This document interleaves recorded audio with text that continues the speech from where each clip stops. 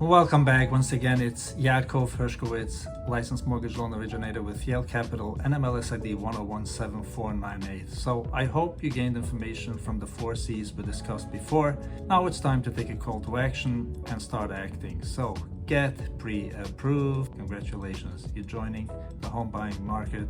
Hopefully you're gonna have a smooth experience, and we want to make sure that you have a smooth experience and to get your home and your loan, if needed, as hassle-free as possible. And that's what I'm here for. I'm here to walk you through every step of the process from A to Z, from starting to get pre-approved till you finally close and settle in the new home you are excited to move into. So what is the next step you take in order to get pre-approved?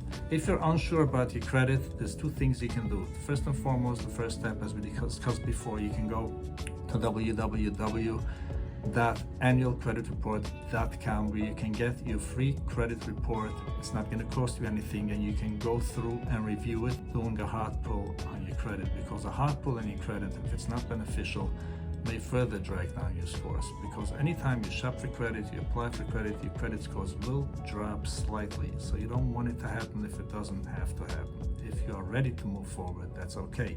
And as we discussed before, your credit report and pre-approval will be valid for 119 days, which should give you a reasonable enough time to get done and settle finally on your home. Typical home buyers in the market, anywhere between 2 to 4 months from when they start shopping till they settle on a deal and they finally close. So now the next step is the loan officer of your choice, whoever you're going to decide to work with, whether it's a retail lender or a mortgage broker, which I'm going to discuss in the next clip. What's the advantages of a retail lender versus a broker and vice versa. So the steps to get pre-approved is, you can do a face-to-face interview with the loan officer. You can do interview over the phone, and the loan officer can send you usually a link with an online mortgage application. So what does the online mortgage application look like? It's called a 1003. You can browse online and see what a 1003 looks like. It's going to collect information about you. Once again, as we discussed before, typically we're looking for a 2-year history, whether it's credit history, past housing history. We want to know where you lived the last 2 years, and we want to know your employment history for the last 2 years, as well as the earnings that you had in the last 2 years. And we're going to look also at your asset profile, which we also discussed before. So that's providing assets and or bank statements to support the assets disclosed. Now, what happens once you put in all this information? Either you're going to consult with your loan officer again. Usually your loan officer will get an alert, and he's going to know that you finished your application, and you're going to have to sign 2 consents prior to him running your credit, which is going to be a hard pull credit report. What is the consent? One is the consent to run your credit. The other is sometimes an electronic consent, which is a consent to e-sign documents down the road, which also streamlines the process. It's more secure. It's much more preferred by borrowers. The truth of the matter is, any non-e-sign documents is a last resort today, both for your security and for the turn times of the document, signatures and wait times. E-sign consent is very preferred and very highly recognized today. Once you sign those consents, he can go ahead and do a hard pull credit report, where we're going to pull the credit from the 3 repositories, which is known as Experian, TransUnion, and Equifax. Once he has all this information gathered, so it has to be a complete application. What means a complete application? Include your 2-year housing history, your 2-year employment history, include your asset profile. So then he can run a decision.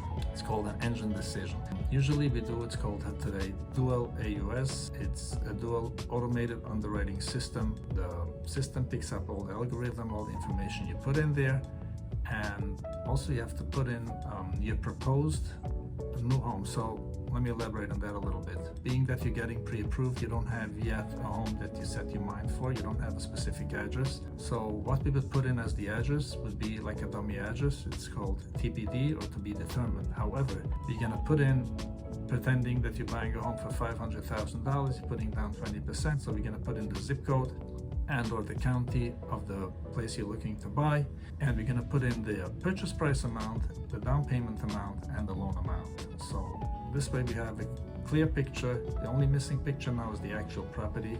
Assuming the property will be in good condition, the value comes in right, we shouldn't have any problems with that part.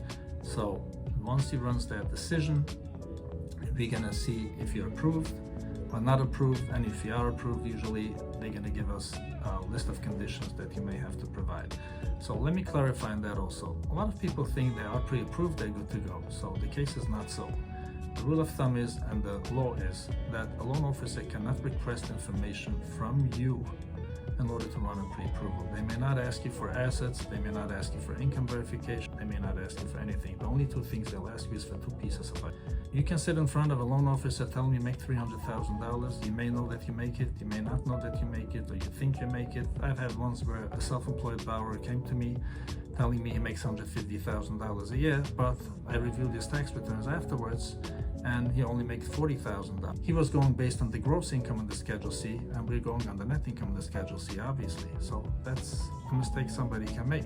Sometimes people are just simply lying. I've had where somebody told me he's making $90,000 a year to get a refinance. Then he walked into my office the next day showing me a statement, only $40,000. So it's pointless. You think you're fooling anybody by getting a pre-approval that's not legit.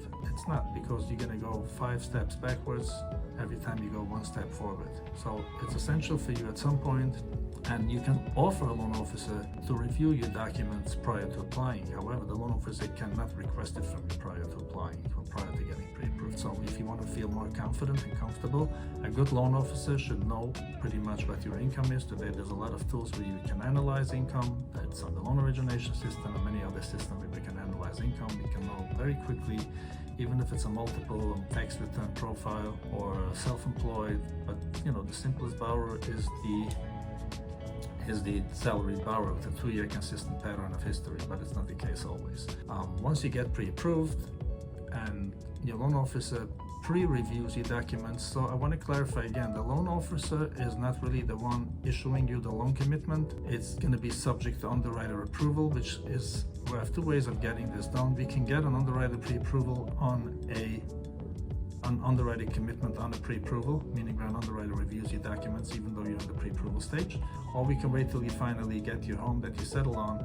You go to purchase, you go and you get the purchase contract, and then you send in the loan for underwriter approval. But once again, a good loan officer knows how to read income, should know what income qualifies. Now the credit will reveal all your liabilities and debts, so that's automatically utilized into your scenario. That's not something we have to calculate really, although there are some twists that you can do with credit, but I'm not going to get into that. It's going to be too much of a discussion. Once you have the pre-approval, congratulations, go ahead, keep on shopping and find the home that you want to settle on and get your loan approved by the underwriter and clear the conditions. When you get the loan approved, you're going to get conditions from an underwriter.